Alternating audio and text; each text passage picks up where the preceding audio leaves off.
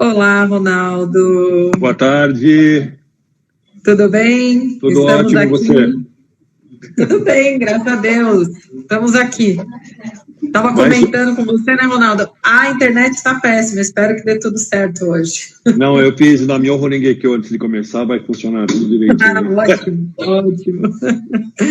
Tudo bem, Ronaldo? Tudo bom, e você, Vanessa, doutora Vanessa? Alegria novamente estarmos aqui juntos, conversando mais um pouco, né? Vamos tirar muito proveito ainda desses momentos de reflexão, não é? Sem sombra de dúvida, né? E você vê que tem um movimento grande aí do pessoal, cada um na sua área tentando contribuir, né? Eu acho super bacana essa questão das lives, porque você oferece aí, né, uma oportunidade das pessoas acessarem uma série de conteúdos que de outra forma, de repente, eles não estariam acessando, né? Não, o mais importante é que você tem a chance de escolher, né? Também tem essa, porque outro dia o Thiago fez uma postagem, pegou uma postagem que dizia assim: mais uma live que teria sido um ótimo post. Esse era o post que ele colocou.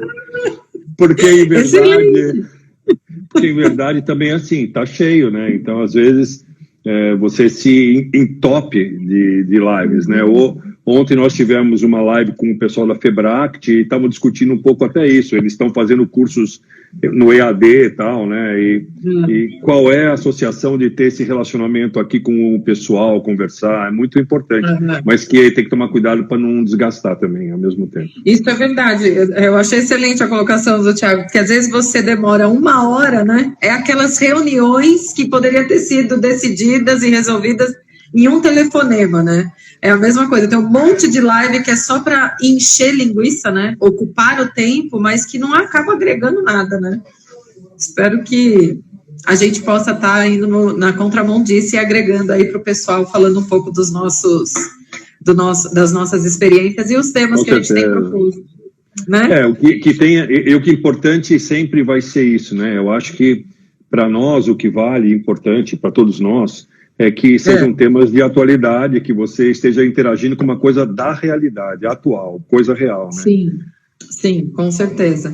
E por falar nisso, eu ainda vou aprender como a gente deixa fixo o tema da live, porque tem um jeito da gente deixar, né, fixo aí, para o pessoal que for entrando saber do que a gente está falando, né? Mas, enfim, o tema de hoje foi pensado aí para a gente poder conversar um pouco, né, Ronaldo, de tanto diz respeito à minha experiência e também à sua experiência, principalmente no trabalho aí com familiares e dependentes químicos também, sobre a questão das metas, né, que são propostas nos grupos, ou quando você está num processo de mudança ou de reabilitação, né, você, como sempre, o Ronaldo é o nosso grande, a cabeça criativa aí para pensar em umas temáticas interessantes, né, Ronaldo? Não, mas é engraçado para mim, né? A gente sempre acaba associando com a gente, né? Desde que a palavra meta é uma palavra muito usada, né? Qual a sua meta? Qual a sua meta? Qual a sua meta? E eu acho que eu mesmo, durante muitos anos da minha própria vida, eu fui um cara com baixo planejamento.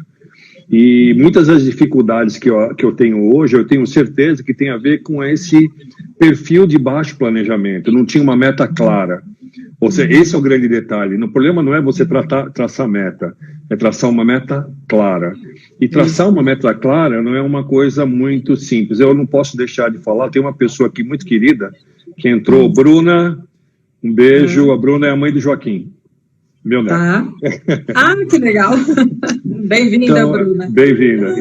Então, o grande lance é você trabalhar a meta, não é uma coisa tão simples assim, como eu falei. Durante muito tempo, eu me enchia de metas, né? Eu criava uma condição de ter várias metas, mas em que momento essas metas conversavam realmente com as minhas dificuldades? E isso foi uma das coisas que eu fui sempre percebendo com todas as pessoas nos grupos de apoio. E não é falar mal de ninguém, mas isso é uma dificuldade de uma pessoa que passa por um processo de reeducação comportamental através pela perda dessa educação na codependência, né? Então, criar uma meta é uma coisa muito delicada, porque isso significa que você vai ter que se movimentar. Então, você acaba criando metas que você não se movimenta e obviamente você não resolve. Então, por isso que eu pensei, meta, e aí tem esse problema, por isso que você e eu conversamos sobre metas. Quando você define uma meta, o que ela se torna? Ela se torna realmente a solução ou ela acaba sendo um problema para você? Não, eu achei excelente, porque é bem isso, né? Primeiramente, a meta, né, ela realmente pode ser a solução para um problema, ou ela pode ser um problema para o que já estava solucionado, né? Vamos dizer assim. Então, porque eu até separei algumas coisas que eu acho importante a gente conversar, né? Primeiramente, que meta e objetivo são coisas diferentes, apesar de muitas pessoas fazerem uma conexão entre esses dois termos, né? Entre esses dois conceitos. E se a gente for pegar, na verdade, metas são os passos que vai levar a gente a um objetivo, né? Então, eu não consigo estabelecer metas se eu não saber se eu não souber, né, se eu não definir qual é o meu alvo, qual é o meu objetivo. E aí quando eu estava pensando um pouco nisso, me fez muito lembrar os 12 passos, né, porque os 12 passos são metas, são 12 metas, vamos dizer assim, que o paciente que está em recuperação precisa atingir para que o objetivo final, que é a recuperação e a abstinência, seja atingido. Né? Então, quer dizer, o objetivo é a abstinência e a recuperação. E quais são as metas, ou seja, quais são os passos que vai nos levar, ou que vai levar esse paciente até ele alcançar esse objetivo. Então, quando você diz, né, que a gente não, às vezes não está muito claro, é exatamente isso. Se eu não sei para onde eu quero chegar, é aquela tal frase do filme Alice no País das Maravilhas, né, que ela pergunta para o gato, aonde vai dar essa estrada? E ele fala, para onde você quer ir? Ela fala, não sei, eu estou perdida. E aí ele fala, bom, então qualquer caminho serve. Né? Se você está perdido, não importa qual o caminho que você vai pegar, qualquer um vai te levar para algum lugar. Né? E a mesma coisa. Então, quer dizer, qual é o seu objetivo? Qual é o seu alvo? O que você pretende? A partir disso, aí a gente faz a gente volta para trás e fala, bom, então o que precisa ser feito para chegar nesse objetivo? Então, o objetivo é o que fica lá na frente, sempre.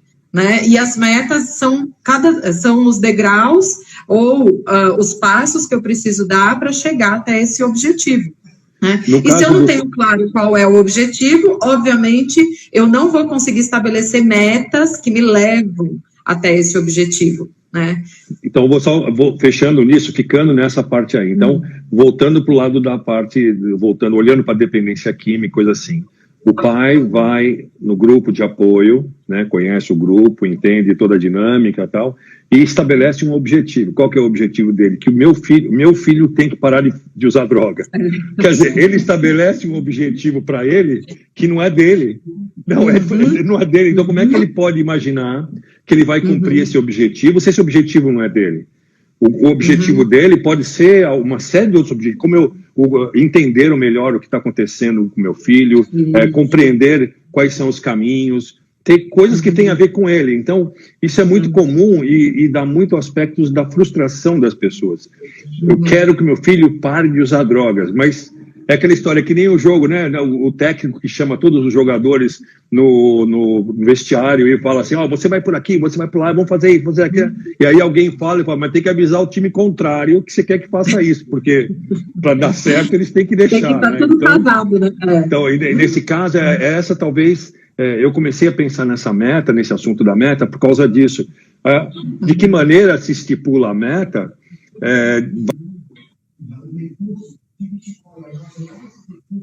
Sucesso que você tem. Então, de novo, toda vez que você estabeleceu uma meta que se relaciona a outra pessoa, a chance de você ter sucesso é muito pequena, porque você depende do que a pessoa acha. Não estou falando de dependência química, pode ser outra coisa. Então, o que importa é que as metas que você tenha sejam metas, primeiro, quantificáveis, né? Que você entenda essa meta em quantidade, em tempo, tem que ser um tempo muito claro, coisas assim. E infelizmente, a gente percebe que na ansiedade de achar uma meta que resolva o meu problema, eu esqueço justamente, um objetivo que resolva o meu problema. Meu objetivo é lá em cima, mas os passos eu não trabalho a meta. A meta é um passo, você falou bem, para mim a meta é um passo. E inclusive Goethe fala uma frase que não é bem assim. Espera só um pouquinho, Ronaldo, que tem uma pessoa avisando que está sem som. O pessoal que estiver aí, está ouvindo a gente? Se estiverem ouvindo, dá um joinha para a gente saber se a conexão está boa, se está funcionando, se o pessoal está nos ouvindo. Tá ouvindo? Tá sim, Ronaldo. A Ana Lúcia aqui tá dizendo que tá ok. Nízia, depois avisa a gente se você também tá ouvindo, pra gente saber se é um problema aqui nosso de conexão. Eu fui ver aqui, tá tudo normal a internet. Não, a Ana Lúcia tá dizendo que dá para ouvir. Então tá. Então, nós estamos falando, deixa eu só fechando esse negócio de meta e passo. Goethe fala assim, os passos de uma caminhada não devem ser considerados como meros passos que levam a um destino, ou seja, um objetivo. Cada passo deve ser, em si, um destino. Por que isso é importante para nós, pelo menos na parte de trabalho de grupo, recuperação? Você tem que ter um objetivo e tem que ter passos que você trate eles como um objetivo, entendeu? Tratem ele como objetivo. Assim, ele por si só um objetivo. Né? Ele por si só um objetivo. Porque isso faz com que você evolua num âmbito maior. Senão você fica preso. Você está dando passo na tua meta e está olhando lá na frente. Não dá. Então, não, isso muito legal. Essencial, Ronaldo. Isso que você está falando é muito bacana, porque, assim, às vezes a gente está tão preso no objetivo que a gente esquece que é só fazendo muito bem feita a meta de agora, se entregando a meta de agora, é que aquele objetivo vai ser atingido. Então, é um pouco do que você falou, do que a gente conversou, sobre a questão da espiritualidade na live anterior, que você fala assim, a espiritualidade, ela só pode ser algo benéfico se ela é realmente transformadora, se ela sai do nível cognitivo, né, do entendimento apenas, da questão espiritual, para ser algo vivenciado dia a dia na prática e que seja transformador daquele ser humano. Então, quer dizer, uma espiritualidade que não promove uma mudança no ser e no agir dessa pessoa, ela não pode ser considerada uma espiritualidade, porque a espiritualidade, ela é casada exatamente com esse fazer no dia a dia, né? E não com algo que eu sei filosoficamente, ou que eu falo, mas não pratico, porque não absorvi, não introjetei aquele saber para que ele seja transformador. E isso tem tudo a ver com o que você está falando em relação aos passos, e às metas e aos objetivos. Porque, assim, eu vou pegar de novo a questão dos 12 passos. Então, tem lá o primeiro passo, admitirmos que éramos impotentes perante ao álcool e que perdemos controle das nossas vidas. Isso é um objetivo, ele é um passo de um objetivo maior, mas ele por si só é um objetivo, né? Porque enquanto eu não faço essa admissão, enquanto eu não reconheço a minha impotência, enquanto eu não reconheço a perda do controle, eu nunca vou conseguir atingir o objetivo maior, que é a mudança do comportamento e que é a abstinência, por exemplo, a mudança do estilo de vida. Então, é como se cada meta fosse um objetivo em si que leva ao objetivo mais amplo. Isso, é o que eu entendo também. Você falou dos passos do NA, do AA, e é que nem no caso, não é porque eu vou puxar, mas eu lembro no meu caso eu participei... Marilu, beijo, linda, saudade, desculpa. É que eu participei, como eu participei na parte do outro grupo, do Amor Exigente, é a mesma coisa.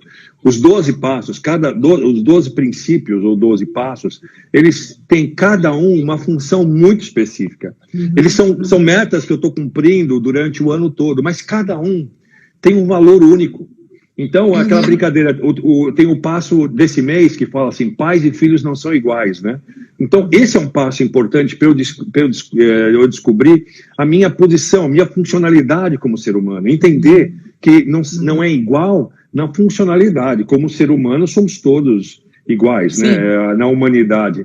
Mas é importância você entender a posição, quem você é, para que você tenha uma meta clara, para que você defina claramente. Então, os 12 princípios, os 12 passos do NA, eles são, sim, essa meta que você cumpre mensalmente para atribuir esse empoderamento e passar para frente, né? E eu acho maravilhoso isso. E sinto, muitas vezes, muito, na verdade, a palavra completa, que às vezes o familiar, como ele não percebeu a importância dele ter até humildade em definir um passo, uma meta clara, curta.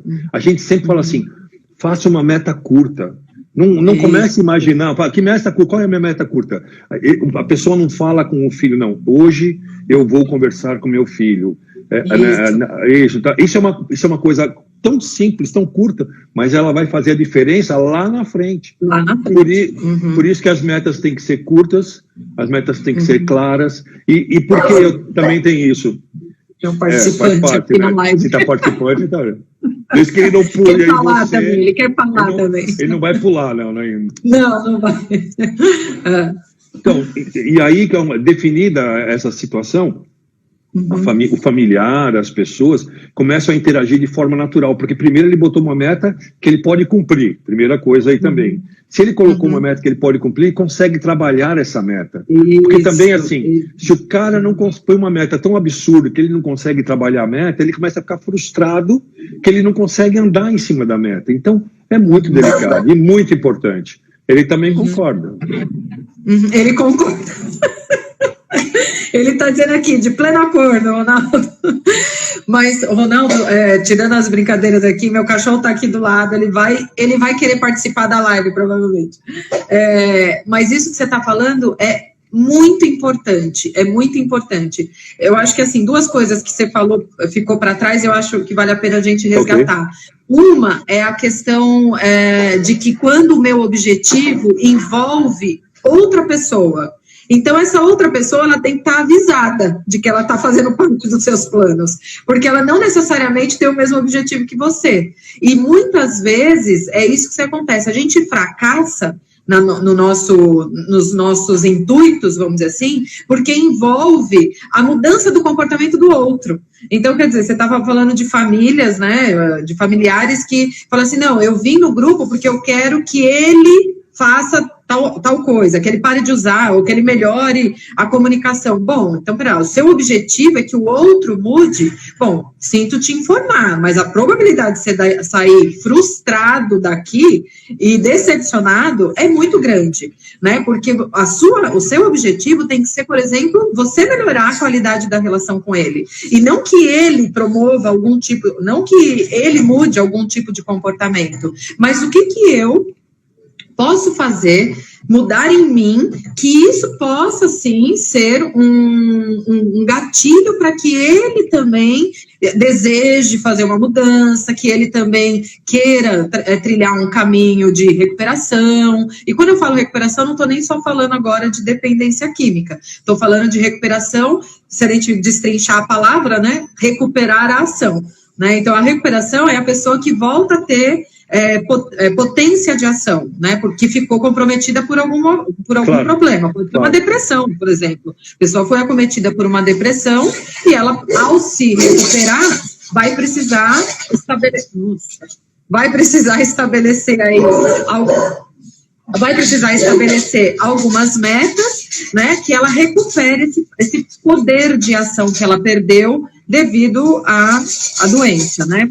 Então, quando essa meta ou esse objetivo está relacionado ao outro, a gente já começou errado, na verdade, né? Ou seja, já temos um problema, né? O objetivo tem que ser relacionado a mim. E a partir daí, aí eu entro no que você está dizendo, em estabelecer metas que sejam, de fato, que a gente chama, né, realistas, né? Aonde eu vejo que há muito fracasso, eu não vou nem dizer fracasso, eu vou dizer insucesso, né? Porque fracasso é só quando a gente desiste. Enquanto a gente continua tentando, a gente só, como disse eu esqueci o nome lá, o Thomas Edison, né, que inventou a lâmpada, foi Thomas Edison, né, acho que foi, se eu não estiver enganada, e ele disse assim, eu não fracassei, eu só descobri 300 e não sei quantas formas de que não dá certo, de que não funciona. Então, quer dizer, ele tentou muito até ele chegar na invenção da lâmpada elétrica. E todas as tentativas anteriores não foram fracassos. Na verdade, foram tentativas não bem-sucedidas, mas que mostraram para ele que não era aquele caminho. E foi graças a esses 300 erros que ele chegou ao caminho acertado e por fim, na inovação que ele proporcionou. Então, quer dizer, não existe um fracasso. O fracasso só existe quando você desiste. Então, quer dizer, bom, aí agora realmente não há mais chances de conseguir fazer algo diferente. Então, onde eu vejo que o pessoal fracassa, ou melhor, tem insucesso nas investidas de tratamento, é quando eles se propõem a metas inatingíveis, pelo menos naquele momento, né? Então, é aquela pessoa que acaba de iniciar um processo de recuperação e já está querendo, já está pensando em quando ele vai se formar na faculdade, em entrar numa faculdade e se formar. Eu falei, olha, calma, faculdade pode ser um alvo, pode ser um objetivo. Olha, eu vou ficar bem para que em dado momento eu esteja em condição de prestar um vestibular e entrar na faculdade. Ela agora não é o objetivo. E se você focar nisso, se você tiver isso como seu objetivo no momento que você está agora, você não vai ser bem-sucedido, isso vai te desmotivar, vai abalar ainda mais o seu senso de autoeficácia e você vai desistir no meio do caminho. Fazendo um paralelo, é a mesma coisa de correr uma maratona. Se eu quiser, hoje, nesse momento, sair daqui e direto correr uma maratona ou uma meia maratona, eu não vou dar nem a volta no quarteirão. E eu vou me decepcionar. Agora, sim, não, minha meta hoje é correr 5 minutos. 5 minutos é uma meta realística, viável, alcançável, né, uma coisa atingível? Tenho condição? Tenho. Então, vamos lá, corre 5 minutos. Corri, alcancei, isso me dá autoconfiança, isso reforça a autoestima, esse senso de autoeficácia. Aí, agora eu penso o quê? Bom, amanhã, então, eu vou tentar agora correr 10. Vou aumentar mais 5 minutos. E aí, eu vou avançando, daqui a pouco eu estou correndo uma meia maratona. Né, com o tempo de prática, eu vou conseguindo adquirir resistência. Então, o erro que eu vejo e o grande fator de insucesso, aí pegando um pouco mais nessa coisa do tratamento de dependência mesmo, é o estabelecimento de metas inatingíveis que não condiz com as possibilidades reais da pessoa naquele momento. Às vezes, ele tem uma expectativa muito alta, ou ele quer corresponder à expectativa alta que estão colocando sobre ele, e seja como for, não é uma meta realista, porque não está tomando, não está levando em consideração quais são a situação real e nesse momento. Então, o que dá para fazer agora? Amanhã você vai ter outra condição, e aí a gente pensa em outra meta, mas agora... Você sabe que o que você está falando aí, eu vejo aqui, entrou a minha querida Deise Tavares, lá do nosso grupo Cidade Ademar, do grupo de Amorizente, está aí com a gente. Está o Ivanildo José também, outro grande amigo. Aquele programa, O que eu faço com isso, que nós fizemos, aquela discussão do crença... e comportamento. E comportamento. Então, um abraço para vocês. No caso da Deise, que eu estava lembrando, é isso. O que a gente fala no grupo de apoio quando a pessoa vai pela primeira vez? Qual é a meta dela? É simples. Volte de novo, volte. Sim. Volte.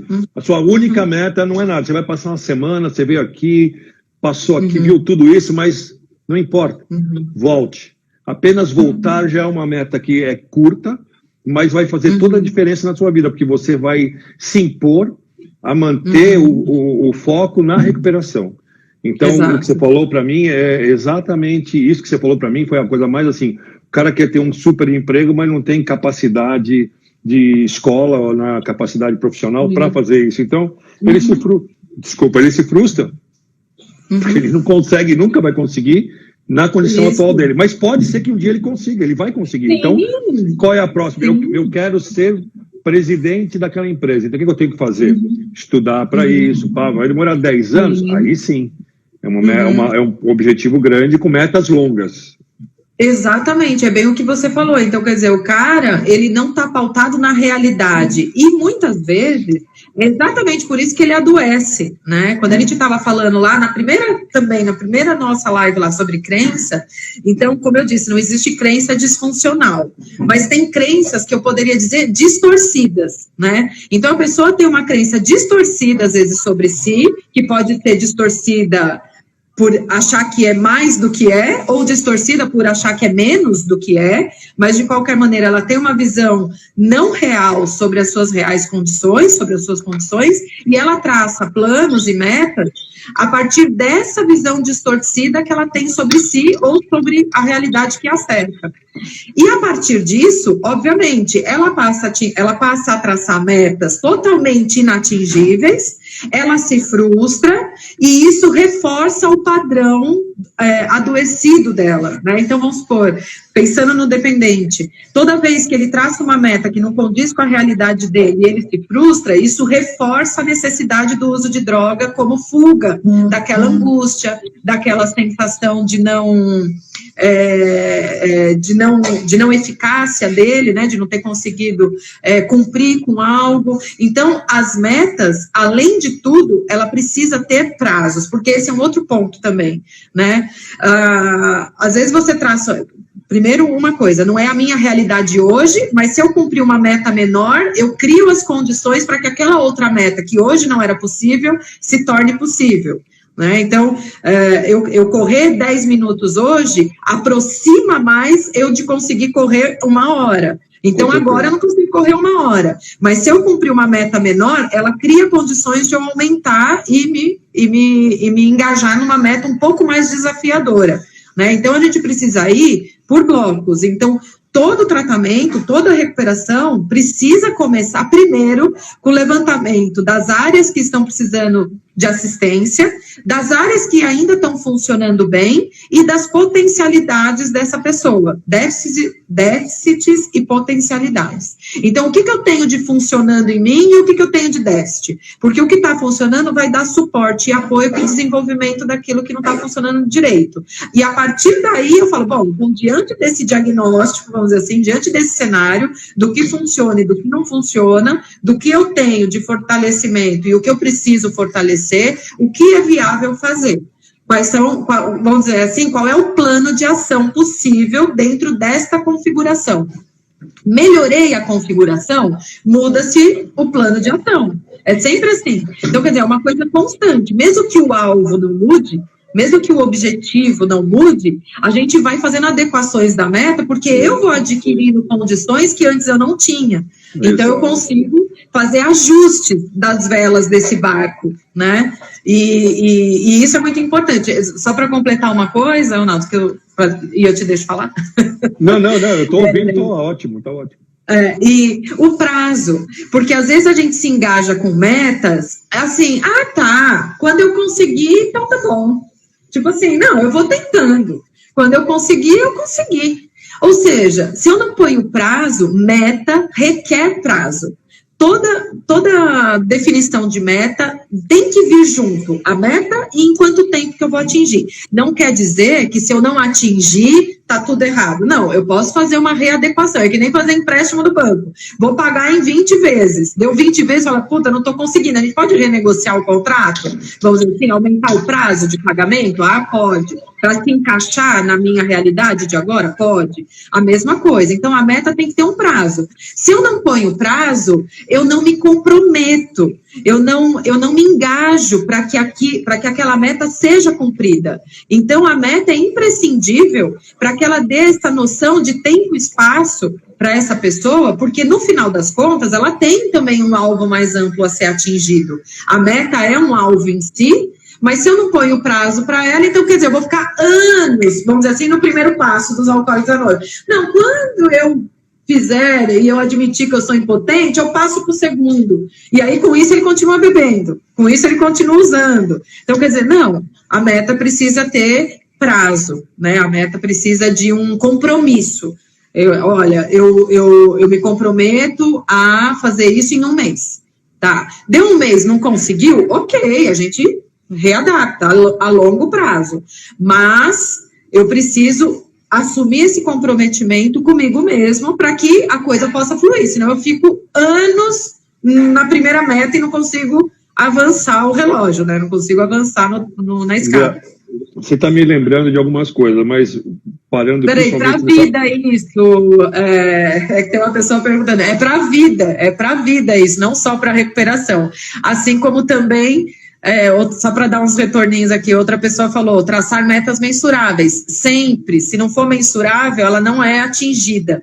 Como a Deise falou também, metas têm que ser realistas e dentro de padrões e realidade de cada pessoa, sem sombra de dúvida. Então, para cada caso, um plano de ação, sem sombra de dúvida. Fala, não. O que eu queria deixar, assim, naquilo que você estava falando, que eu vejo muito também, você define uma meta, 30 dias, como você falou.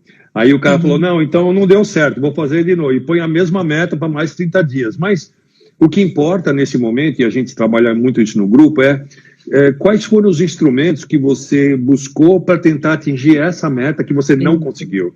Porque se você vai repetir a meta, é importante. Se você repete, em um mês eu pretendo fazer isso. Chegou depois de um mês, você se movimentou e não chegou, e não fez, e vai falando, não, eu vou dar mais um mês para mim. É importante que, dando mais um mês, você faça o que você comentou, que ele reveja a estratégia que ele estava usando. Porque senão vai ser mais um mês sem mudança. E são essas coisas que, porque aí depois, se o cara não muda a estratégia e continua falhando, daqui a 4 meses, fazendo a mesma coisa, ele vai dizer, eu sou incapaz, quando na verdade ele é capaz. Ele só está usando um instrumento, a estratégia, né, errada para aquela situação. E é muito comum também, já que você está falando isso, vou fazer uma consulta com você agora. O que é mais difícil, ou uma consulta, uma pergunta, o que é mais difícil? Fazer com que a pessoa que está sofrendo dessa compulsão entenda o problema dela e busque uma solução, ou fazer a família, o familiar entender que o cara está doente, por exemplo, e que eles têm que trabalhar o comportamento dele para ajudar, sabe? O que eu vejo às vezes que tem dicotomias aí. Então, o que é mais fácil? Mostrar para o familiar que ele precisa ter metas de recuperação do comportamento dele, ou a pessoa que passa pelo processo tem mais dificuldades, talvez pela compulsão física, né, por ser uma doença mesmo? Não, na verdade, se você for ver, as duas coisas, né, e me fez lembrar um pouco um programa que chama Reforçamento Comunitário, que é o CRAFT, né, é um programa de assistência e de suporte a familiares que usam dos familiares mais fortalecidos para serem agentes de mudança dentro do núcleo familiar. Então, e no CRAFT é muito interessante porque o objetivo trabalhado junto ao familiar do dependente químico, né, o familiar não dependente, não é a mudança ou trazer o paciente ou trazer o familiar para tratamento, não. É você promover uma mudança em você que seja... que aguce a vontade do dependente, falar, pera lá, o que ela está fazendo que está dando certo com ela? E ele, por si só, então, mobilize internamente o seu próprio desejo pela recuperação. Então, na verdade, obviamente, que para o paciente que é usuário, né, para o dependente químico, nós temos esse fator da substância psicoativa que muda toda a arquitetura cerebral e que traz um desafio além para a gente, para quem trata e para o próprio paciente, no sentido da mudança do comportamento, na ampliação da percepção da realidade dele, né, porque a droga, uma das consequências é que ela traz um estreitamento de repertório cognitivo muito importante. Então, é o que a gente chama da pessoa que tem uma visão de túnel, né, ela não consegue abrir o leque, ter um panorama, né, sobre a situação, não, ela tende a ter uma visão muito limitada. Então, também para a questão do tratamento, é mais difícil para esse indivíduo do que para o paciente não usuário, né, que é a família. Então, você tem esses dois desafios, mas eu parto do princípio do seguinte, seja o usuário, seja o familiar, seja quem for, se o alvo do seu processo é o outro, então você está com o alvo errado. Então, você não está agindo dentro do que é esperado, porque o objetivo tem que ser em relação a você, nunca em relação ao outro, mesmo que isso tenha uma repercussão no outro, mas vai ser consequência dessa mudança em si, e não como ação direta sua no comportamento do outro, né? Falando, só nessa parte aí que você está falando, me lembra, então, a segunda etapa do que é o processo dentro do familiar. Se o cara quer, se o familiar deseja que a pessoa que vive com ele faça essa mudança, O que acontece, via de regra, é que você começa a mudar de tal forma, exatamente nessa linha que você falou, que ele começa a perceber que você... O que está acontecendo com ele? O que está mudando nele? Por que ele está me tratando diferente? Por que ele está exigindo mais de mim? Por que os limites estão sendo mais impostos firmemente? Porque ele começa a perder a força que ele tinha, o outro começa a ter a força de ter esse poder de decidir mais, porque ele está mudando em detrimento do outro, e não... Porque uma das frases muito comuns que a gente vê também nos grupos é assim, a mãe tem o objetivo de que a pessoa pare de usar droga.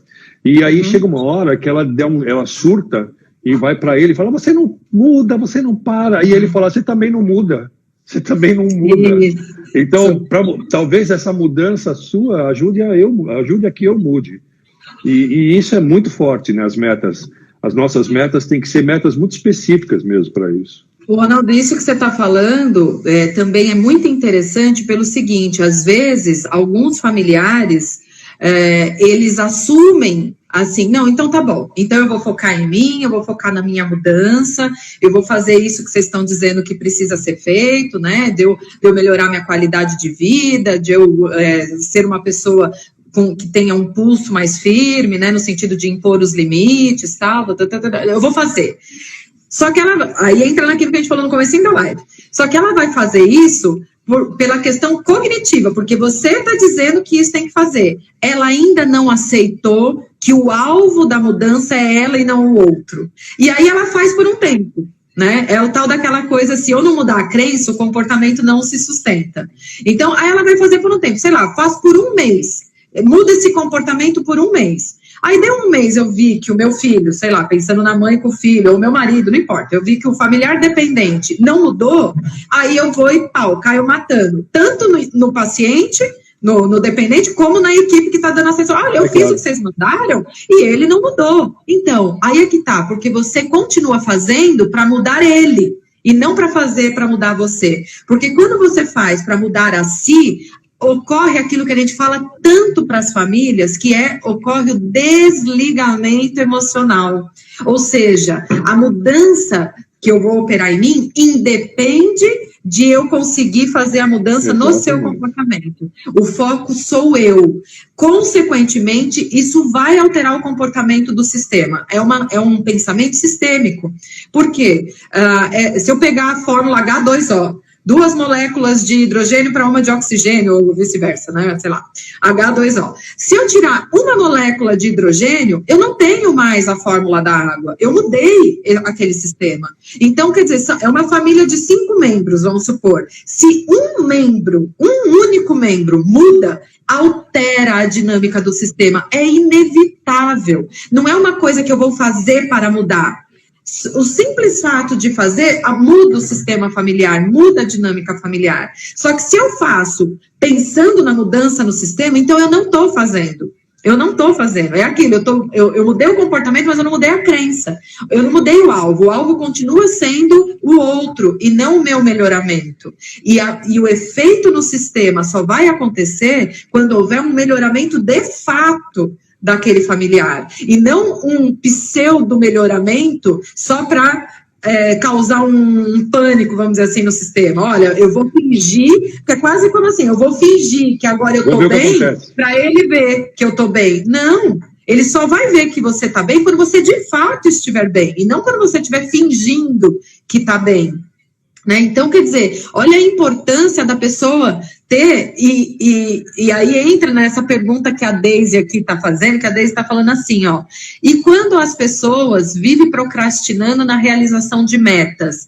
Isso é muito importante, Deise, porque se eu procrastino, é porque tem algo dentro de mim que ainda não está de plena posse e certeza do objetivo que eu estou querendo atingir. Eu acho que eu quero aquilo. E, às vezes, e não é que ele acha conscientemente. Às vezes ele fala assim, não, mas eu quero mesmo. Quando a gente quer mesmo e não há dúvida interna sobre esse querer, a gente faz. Se há dúvida porque ainda há ganhos com o comportamento anterior, ou se há dúvida porque eu não estou certa se isso é o melhor para mim, ou o melhor para o outro, ou pior, eu às vezes posso achar assim, mas se eu mudar, eu vou falar em casal, por exemplo, às vezes da relação se mantém num comportamento que para ele sabe que não está legal, ele sabe que precisa mudar, mas ele não consegue efetivamente colocar isso em prática, porque no interno dele ele pensa assim, se eu mudar mesmo, eu não vou conseguir permanecer casada com essa pessoa. Só que como ela tem medo da separação, ela, eu digo a pessoa, não a mulher, né? Essa pessoa tem medo, de repente, da separação, ou tem medo dessa vida, dessa possível vida nova que pode vir a se abrir, se desacortinar na frente dela, ela fica resistindo a pôr em prática essas mudanças, porque isso gera medo do desconhecido. Porque por mais que seja ruim a relação daquele casal, é uma relação já conhecida, até a dor que aquela relação me causa é uma dor conhecida já. Eu já sei até como que se chora aquela dor, vamos dizer assim.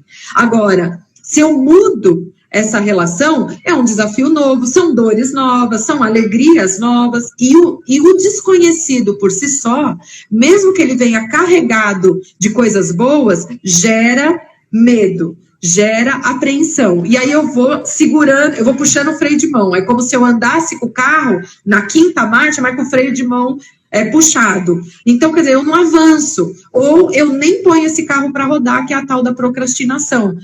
Se eu não realizo a meta, então tem uma força oposta àquilo que eu acho que eu quero.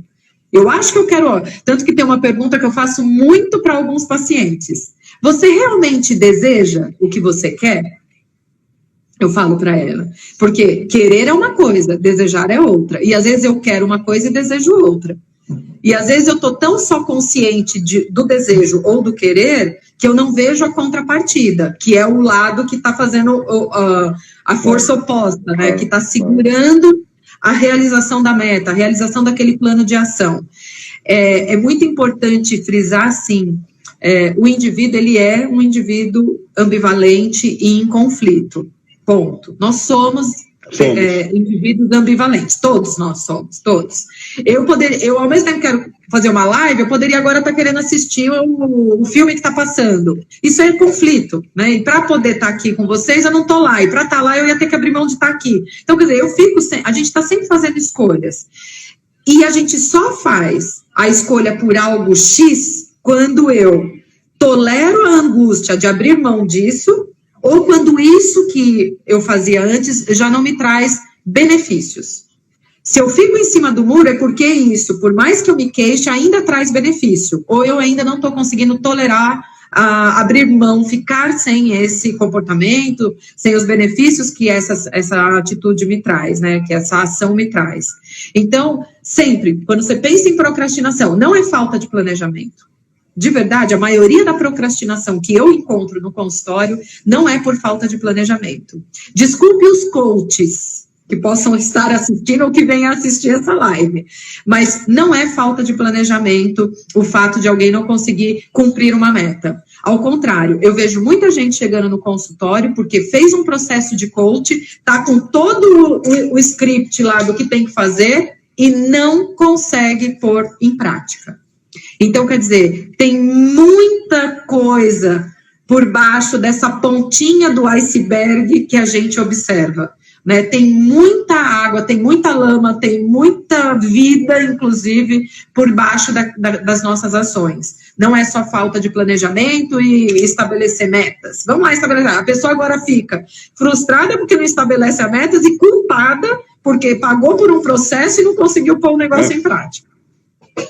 Mas você falou tudo. Para mim, você deixou assim, como é que eu posso dizer assim, você resumiu muito claramente as maiores dificuldades que a gente tem, não só nos grupos de apoio, mas mesmo nas empresas, para conseguir traçar um trabalho de longo prazo.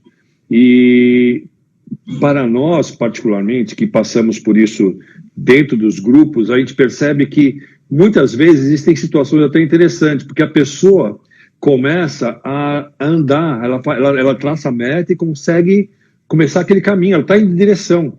Mas como é uma comunidade, ela ouve o entorno. Então, tem que estar... Por isso que você falou, se o seu desejo é muito forte, você não começa a realmente ser subordinado ao que acontece no entorno.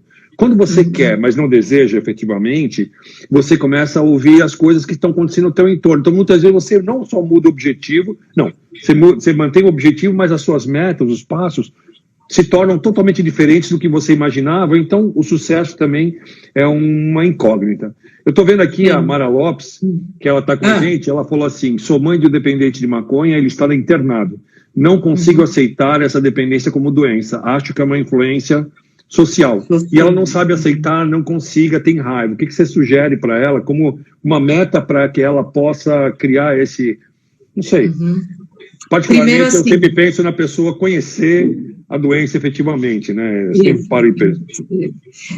O primeiro ponto é esse. Eu diria que, assim, antes do conhecer a doença, eu daria uma sugestão. Primeiro, aceite a raiva. Tudo bem sentir raiva, tudo bem se indignar, tudo bem ficar com remorso do comportamento da pessoa, ficar com raiva, enfim, toda essa gama de emoções que suscita mesmo na gente. Então, a gente não tem como evitar sentir o que a gente sente. Tem emoções que são primárias, né, que nem as cores, né, são emoções primárias, elas não dependem de nada para existir, elas irrompem de dentro da gente, e a raiva é uma emoção primária, a gente sente, não tem como evitar. Então, primeiro, só que muitas vezes a gente sente culpa por sentir raiva, então a culpa é uma emoção secundária, geralmente ela vem depois do reconhecimento de uma emoção primária. Então, primeiro, Mara, aceite a raiva, não tem problema você estar com raiva, mas um pouco também da raiva tem a ver com a falta de pleno, vamos dizer assim, entendimento dos processos que estão acontecendo. Então, buscar informação, buscar uma orientação, procurar pesquisar sobre mas buscar informação. Buscar informação aonde? Porque também Google, Dr. Google é uma confusão, né, meu? Não, é uma confusão. Eu ia falar de fontes seguras, né? E que fontes seguras, né? Hoje, a gente tem muita coisa disponibilizada na internet, então tem site, principalmente, eu vou colocar aqui, vou puxar um pouco até a sardinha para minha brasa, ou a brasa para minha sardinha. A Unifesp, ela tem, né, um departamento que é a Uniad. A Uniad é a Unidade de Pesquisa em Álcool e Drogas. Eles têm um site lá, tem muita informação valiosíssima sobre dependência química. Aliás, é só sobre dependência química, né? A Uniad é só sobre dependência química. Uniad.org.br. Isso, eu vou escrever aqui depois um pouquinho, antes da gente terminar, que para variar a gente já está com o nosso horário, mas assim, Uniad... Quanto tempo falta? 10 minutos. 10 minutos. Vamos fazer que nem outra vez, hein? Não, ó, eu vou pôr aqui, ó, uniad.org.br.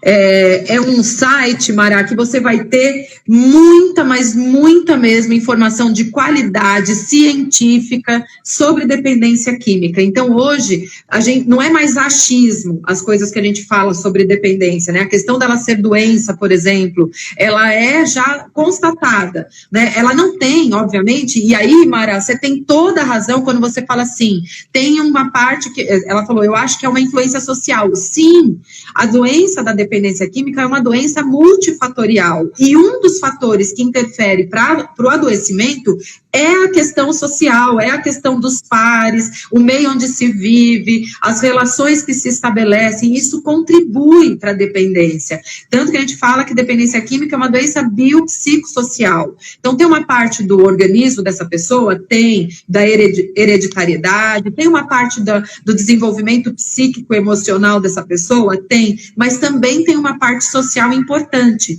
não só dos amigos com quem essa pessoa possa conviver, mas também desse social amplo que compõe a mídia, a maneira como é propagada a questão de drogas hoje em dia nos veículos de comunicação, essa carência da assistência social nas nossas necessidades básicas. Então, quer dizer, tem uma coisa da influência social, não só da relação direta entre dois humanos, mas desse meio onde nós estamos inseridos, desse meio sociocultural no qual nós estamos inseridos. Então, ela é uma doença, mas que compõe, Mara, a parte social também, né? E óbvio, Mara, se você também está com muita dificuldade, se as emoções estão muito exacerbadas, vale muito a pena você procurar um grupo de ajuda mútua ou um atendimento profissional. E às vezes não é porque você está doente, eu estou falando, não é porque você está doente, porque às vezes você tem lá 2, 3 encontros que te informam, que te ajuda a esclarecer, que acolhe esse momento mais crítico, já promove um alívio tão grande